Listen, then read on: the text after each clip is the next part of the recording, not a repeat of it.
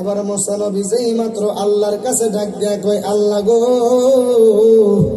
ও আমার আল্লাহ, তুমি না বললা ইদানিং কোনো বৃষ্টি দিতা না, কিন্তু তুমি এই রাতে তুমি কেন বৃষ্টি দিয়া দিছো গো আল্লাহ?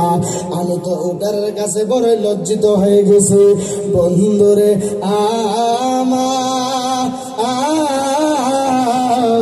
ও আমার আজকের গো এলাকার যুবক ভাইয়েরা, এবার আল্লাহ ডাক দিয়া কয়, ও মুসা রে, তুমি যেই মাত্র তাদের কাছে গিয়া কি বলছিলা?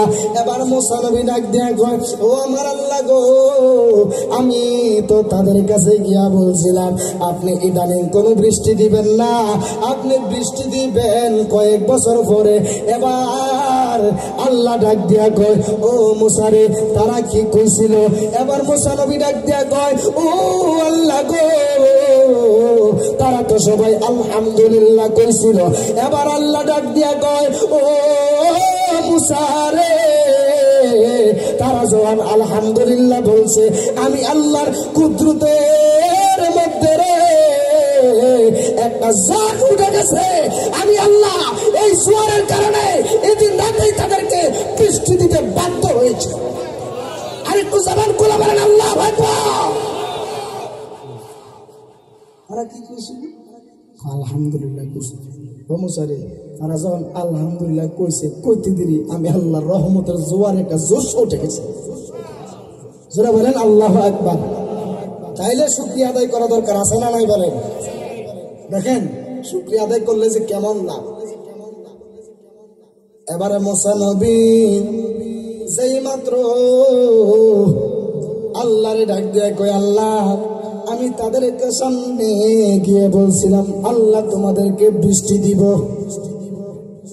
ইদানিং দিবে না, কয়েক বছর পরে তোমাদেরকে বৃষ্টি দিব। আল্লাহ ডাক দিয়া কয়, ও মুসা রে, তারা কি করছিল? এবারে মুসা নবী ডাক দিয়া কয়, ও আল্লাহ, তারা তো সবাই আবারও আলহামদুলিল্লাহ কইছিল। এবার আল্লাহ ডাক দিয়া কয়, ও আমার মুসা রে,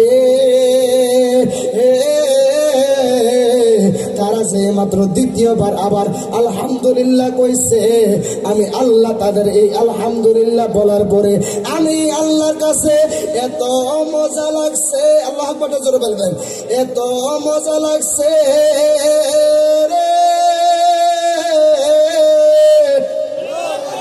এত মজা লাগছে রে, আমি আল্লাহ তাদেরকে এই রাতে বৃষ্টি দিয়া আমি আল্লাহ তাদের কলিজাটারে আমি আল্লাহ ঠান্ডা করে দিয়েছি।